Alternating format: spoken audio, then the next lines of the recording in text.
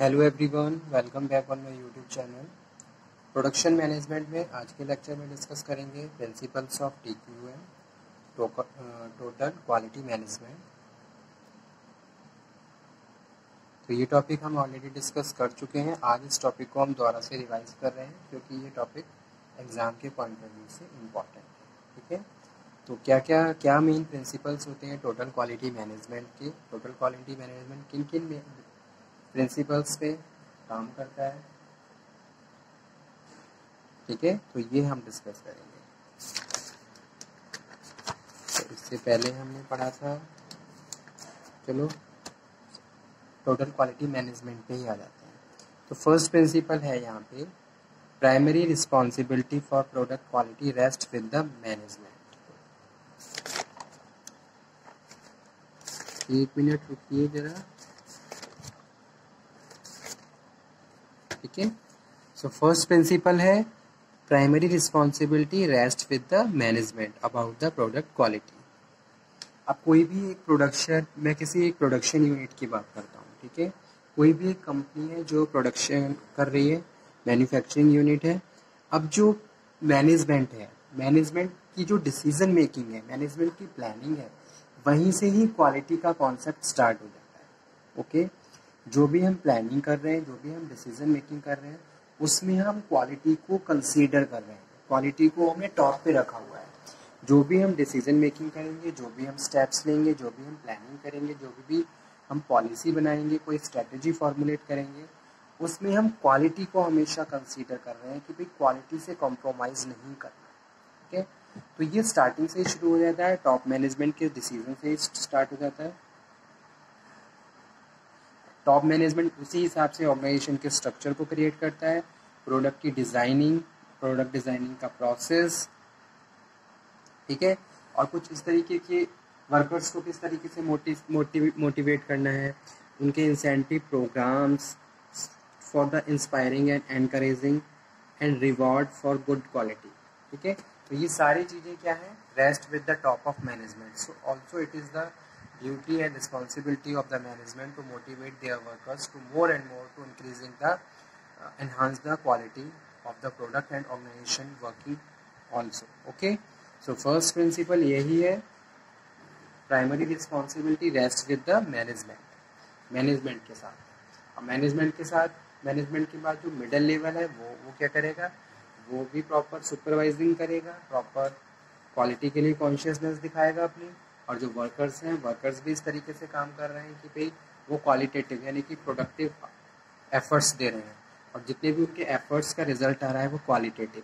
ठीक है, जैसे मैं एज अ मैनेजर काम कर रहा हूँ तो मेरी जो भी प्लानिंग होगी, जो भी मेरी डिसीजन मेकिंग होगी, वो क्वालिटी से रिलेटेड होगी। ठीक है, अगर मैं एज अ सुपरवाइजर काम कर रहा हूँ तो मेरा जो सुपरविजन होगा वहाँ पे भी मैं क्वालिटी कॉन्शियस हूँ कि भाई क्वालिटी को कभी भी कॉम्प्रोमाइज़ नहीं करना।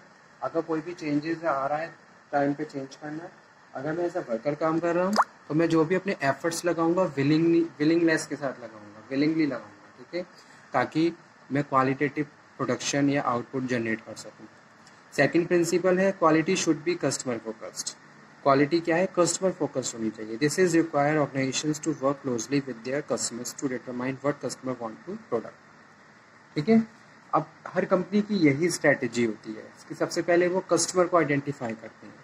ठीक है, कस्टमर को आइडेंटिफाई करने के बाद अगर आप कस्टमर की डिमांड के हिसाब से, कस्टमर की लाइकिंग डिसलाइकिंग के हिसाब से प्रोडक्ट प्रोड्यूस कर रहे हो, इट मीन्स कि आप क्वालिटेटिव प्रोडक्शन कर रहे हो। आज के टाइम में क्या है, आज का टाइम में मार्केट क्या है, वो कस्टमर कॉन्शियस है। कस्टमर कॉन्शियस मतलब कस्टमर कैसा चाहता है, कस्टमर कैसा प्रोडक्ट चाहता है और किस तरीके के कितने चेंजेस अपने प्रोडक्ट में चाहता है। तो ये चीज़ यहाँ पे हम बात कर रहे हैं। ठीक है, so you have to focus on your customers also. Customer को रिकॉग्नाइज करिए, कस्टमर को आइडेंटिफाई करिए। कस्टमर की अगर एक पर्टिकुलर बिहेवियर है तो वो ऐसा बिहेवियर क्यों है, उसके पीछे रीज़न फाइंड आउट करना, कस्टमर को मोटिवेट करना, कस्टमर को परसुएट करना, कस्टमर को इंस्पायर करना, इन्फ्लुएंस करना। ठीक है, तो ये सेकंड प्रिंसिपल है टोटल क्वालिटी मैनेजमेंट का। आपने कस्टमर को प्रॉपर एक मार्केट में पूरी रिसर्च कर ली और कस्टमर को आइडेंटिफाई कर लिया, इट मीन्स कि आपके पास बहुत सारी प्रॉब्लम्स का सॉल्यूशन आ गया। बस आपको क्या करना है, उन सॉल्यूशंस को इम्प्लीमेंट करना है और आउटपुट जनरेट करना है, ठीक है। थर्ड प्रिंसिपल है every employee is responsible for achieving good product quality. अब अगर मैं किसी भी प्रोडक्शन डिपार्टमेंट की बात करूं और उसमें 50 लोग काम कर रहे हैं तो 50 के 50 लोगों की अपनी एक इंडिविजुअली वर्थ और वैल्यू होती है। जैसे बहुत सारे वर्कर्स ऐसे होते हैं जो सोचते हैं कि भाई हम अगर इतने सारे लोगों में मैं इंडिविजुअल यहाँ पे काम नहीं करूँगा प्रॉपरली तो उसका कोई भी इफेक्ट ऑर्गेनाइजेशन पे नहीं पड़ेगा। लेकिन स्टूडेंट ऐसा नहीं होता है, ठीक है। अगर आप किसी भी प्रोडक्शन के किसी भी डिपार्टमेंट में काम कर रहे हो, ठीक है, तो आपकी अपनी एक वैल्यू है और आपकी अपना एक वहाँ पे इम्पोर्टेंस है, आपके काम की इम्पोर्टेंस है। अगर आप प्रॉपर काम नहीं करोगे तो कहीं ना कहीं एंटायर प्रोडक्टिविटी सफ़र करेगी, ठीक है, उसका रिजल्ट आउटपुट पे दिखेगा। तो ये भी एक प्रॉब्लम है, तो ये प्रिंसिपल भी फॉलो करना है। Every employee is responsible for achieving good product quality. अगर गुड प्रोडक्ट क्वालिटी मेंटेन है इसका मतलब सारे वर्कर्स विलिंगली अच्छे से काम कर रहे हैं, अकॉर्डिंग टू द स्टैंडर्ड्स काम कर रहे हैं। नेक्स्ट वन है quality can not be inspected into the product so make it right first time.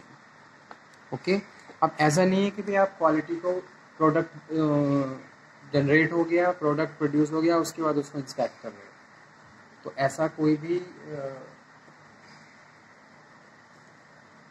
इस तरीके के प्रिंसिपल्स की कोई भी वैल्यू नहीं है। जैसे कि प्रोडक्शन हो चुका है फिर आप उसको चेक कर रहे हो, आपको स्टार्टिंग से ही क्वालिटी कॉन्शियस रहना है। इनपुट्स को ही आपको जो रॉ मटेरियल मंगवाने हैं वो भी क्वालिटेटिव मंगवाने हैं, मेथड जो आप यूज़ करोगे वो भी क्वालिटेटिव होना चाहिए, तब जाके आप क्वालिटेटिव आउटपुट को जनरेट कर पाते हो। ऐसा नहीं है कि आपने कोई भी मेथड यूज़ करा, जब आउटपुट आ रहा है तो आप उसको इंस्पेक्ट कर रहे हो, ठीक है।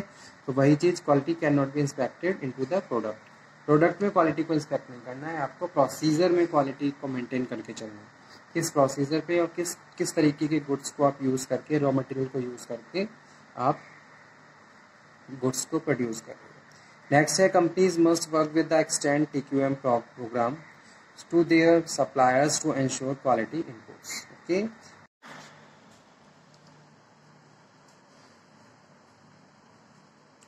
Hello everyone, welcome back on my YouTube channel. Production management में आज के लेक्चर में डिस्कस करेंगे principles of TQM, total quality management.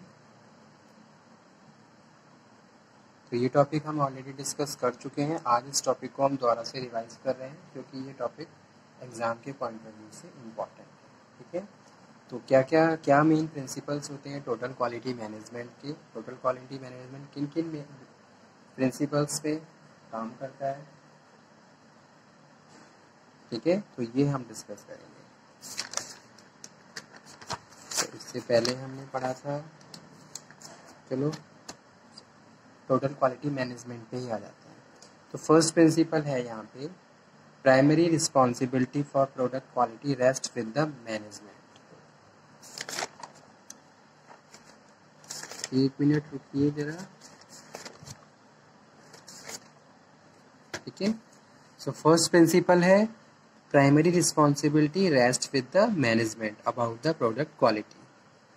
अब कोई भी एक प्रोडक्शन, मैं किसी एक प्रोडक्शन यूनिट की बात करता हूँ, ठीक है। कोई भी एक कंपनी है जो प्रोडक्शन कर रही है, मैन्युफैक्चरिंग यूनिट है। अब जो मैनेजमेंट है, मैनेजमेंट की जो डिसीजन मेकिंग है, मैनेजमेंट की प्लानिंग है, वहीं से ही क्वालिटी का कॉन्सेप्ट स्टार्ट हो जाता है। ओके, जो भी हम प्लानिंग कर रहे हैं, जो भी हम डिसीजन मेकिंग कर रहे हैं, उसमें हम क्वालिटी को कंसीडर कर रहे हैं, क्वालिटी को हमने टॉप पे रखा हुआ है।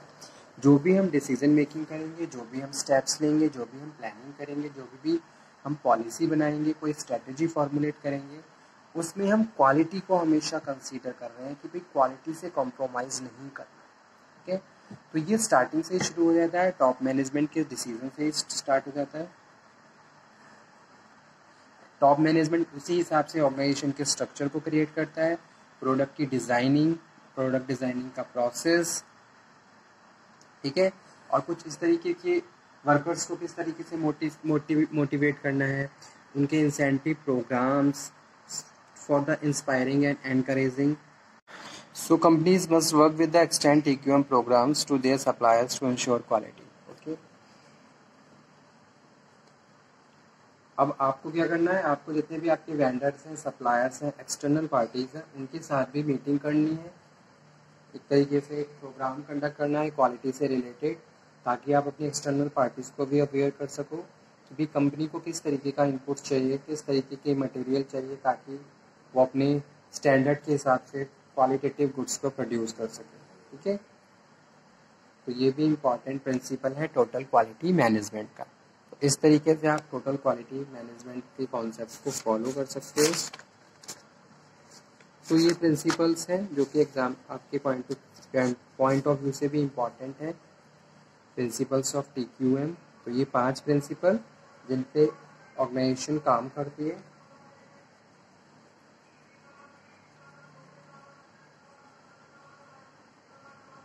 ठीक है स्टूडेंट्स, ओके।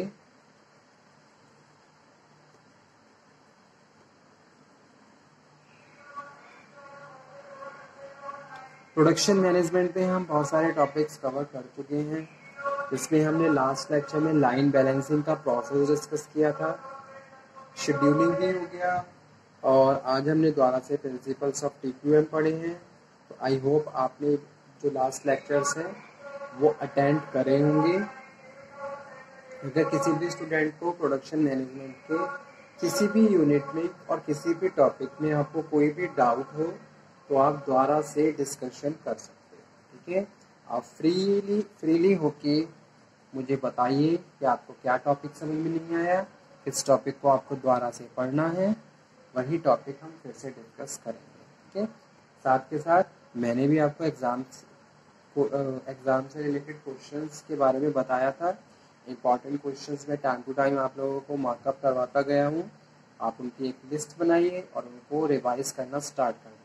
ठीक है, ताकि आपका सिलेबस टाइम पे फिनिश हो और आपकी प्रॉपर प्रिपरेशन हो एग्ज़ाम के regarding. So okay student, thank you very much.